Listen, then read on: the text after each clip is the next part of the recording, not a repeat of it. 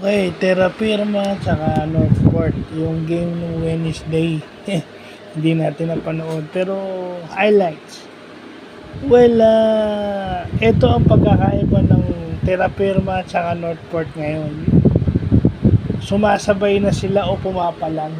At saka itong Northport at Terra Firma may maganda ng lineup. No?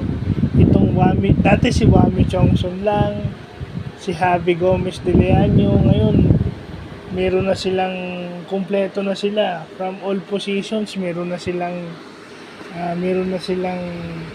panapat, no? At ang kagandahan dito, yung kanilang mga big man, yung kanilang bigs na tinatawag sa basketball, tumitira ng 3 points, mga stretch bigs.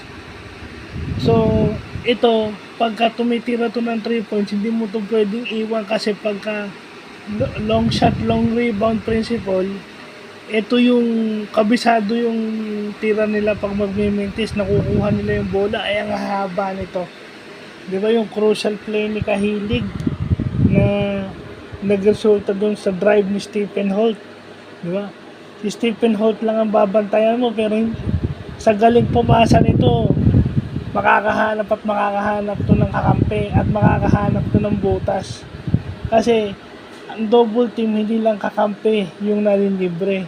Meron din mga spaces sa court ang ma-open kung hahanapin mo. May mga open spot sa court may mga spot Iniiwasan mo yung double team, hindi lang pagpasa ang pag-iwas sa double team, yung mga spaces na ma-open. At saka itong si Wami talagang pag uminit to, ilista mo na kahit anong depensa ibigay mo rito kay Wami Chongson. Pagka ito nasa rhythm, mahirap pigilan. Panalangin mo na lang magmintes kasi balde-balde. Parang avalanche, parang umuulan ng puntos pag nasa rhythm to, nasa maganda gising.